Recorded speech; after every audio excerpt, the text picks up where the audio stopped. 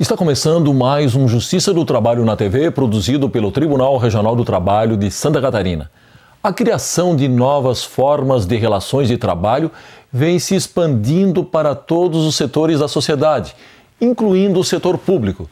Mas como equacionar o bem-estar e a saúde do trabalhador diante de uma nova organização do trabalho? Para discutir o assunto, convidamos o professor catedrático de Psicologia Social da Universidade Autônoma de Barcelona, Josep Maria Blanch. Nosso entrevistado coordena pesquisas internacionais sobre qualidade de vida no ambiente laboral. Muito bem, professor Josep, é uma honra poder entrevistá-lo. Seja bem-vindo. Obrigado por ter aceitado o nosso convite. Prazer. Bem, professor, minha primeira pergunta é sobre o conceito de psicologia social do trabalho. Eu pergunto, como é que ela é aplicada nos ambientes corporativos?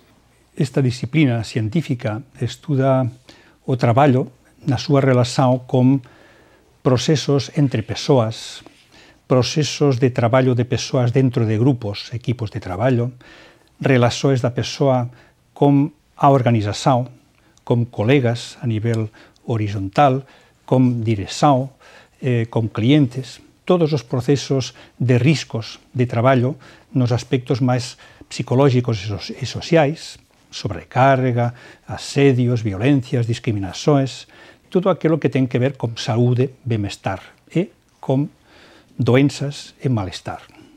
Muito bem, eu gostaria que nessa linha que o senhor já introduziu o assunto, o senhor falasse então um pouco sobre essa relação de saúde e de bem-estar com o trabalho.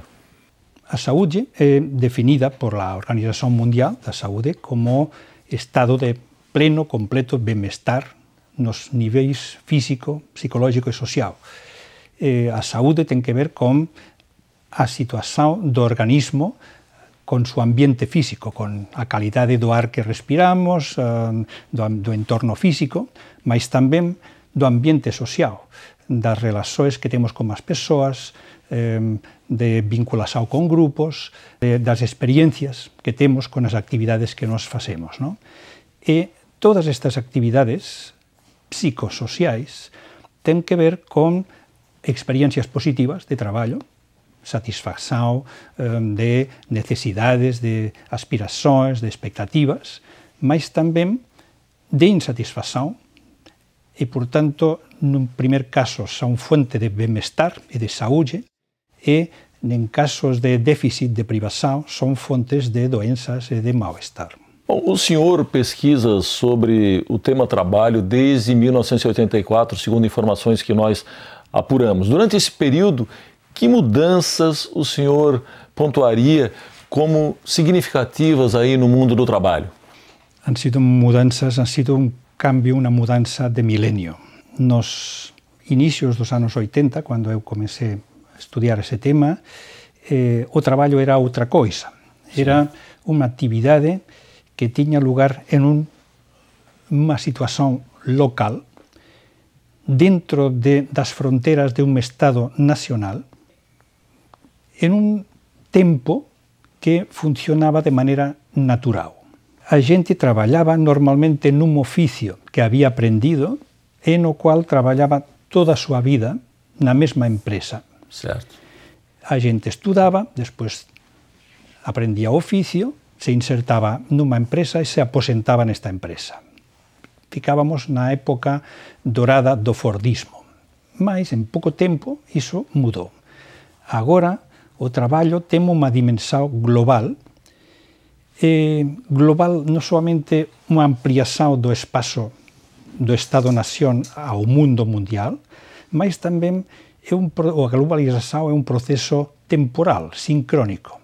Você pode tocar um return em New York ou em London e fechar automaticamente uma empresa e todos os seus trabalhadores em Brasil e abrir a mesma empresa em China, em Sudáfrica.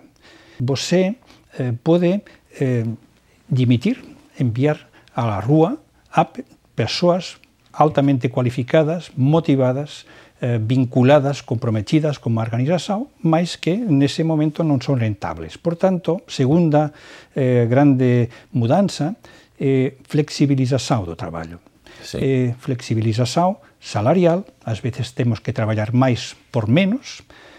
Flexibilização funcional, você começa trabalhando em um lugar da empresa e depois tem que trabalhar em outra.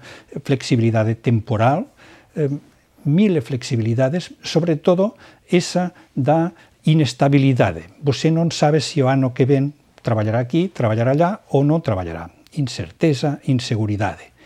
E o terceiro grande componente desta mudança profunda é a irrupção das novas, cada dia são novas, tecnologias de informação e comunicação.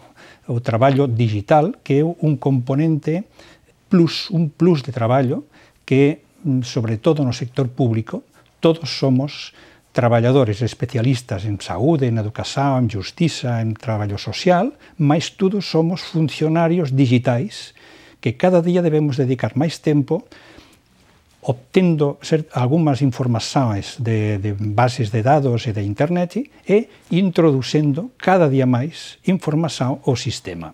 Então, somos todos um pouco mais sobretrabalhadores. Devemos fazer o mesmo trabalho de antes, como um componente digital añadido. E isso tem muito que ver com os novos problemas, desafios e doenças no mundo do trabalho, especialmente no sector público. Professor Joseph, com base nos resultados das pesquisas que o senhor vem conduzindo, como os trabalhadores têm avaliado a questão da qualidade de vida no trabalho? Há uma tendência internacional, comum nos países da Europa que estamos pesquisando e também na América Latina, de evaluar positivamente o progresso nas condições materiais e técnicas do trabalho. Nenhuma pessoa voltaria para os anos anteriores. Sim. A gente não valora mal os aspectos sociais de trabalho, sobretudo as relações com colegas, o companheirismo dentro de trabalho. Mas casi todo o mundo fica alarmada pela sobrecarga de trabalho. No mesmo tempo, por menos dinheiro, devemos trabalhar cada dia mais. E isso é, por um lado, um desafio, mas um factor de risco que a gente assume como grave, importante e emergente, crescente. Cada dia mais, cada dia mais. O senhor vê alguma diferença nesse tipo de avaliação comparando o setor público com o privado? No sector privado, isso casi a gente fica como coisa natural. Forma parte do processo de trabalho, do mercado, das exigências de mercado, assumir estas regras ou não. Mas o sector público experimentou nestes últimos tempos, também nos últimos 20 anos, uma reforma modernizadora, adotando como modelo a empresa privada de mercado. Sim. Então, isso é uma fonte de novos desafios, porque o serviço público é cultura de serviço. Primeiro o serviço, o usuário, seja paciente, estudante, usuário do serviço de justiça, etc. Mientras que a empresa privada tem como valores principais negocio, a eficiencia, productividade, competitividade, custo-benefício, avaliação por resultados, tudo isso é respeitável. Mas, por estes valores da cultura da empresa privada num serviço público, entra em conflito com cultura de serviço. E cada dia há mais pontos de conflito. E isso comporta problemas éticos, profissionais, dilemas como fazer meu trabalho, como fazer bem meu trabalho, como fazer tudo o trabalho, se eu faço tudo, não faço bem, se eu faço bem, não faço tudo, mas cada dia eu vou dormir com um problema. Eu sou um mau profissional porque não resolvo todos estes problemas. Este é um grande problema no norte, no sul, no este e no oeste. Muito bem, professor. Eu preciso chamar o nosso primeiro intervalo. Nós já voltamos. É só um minuto.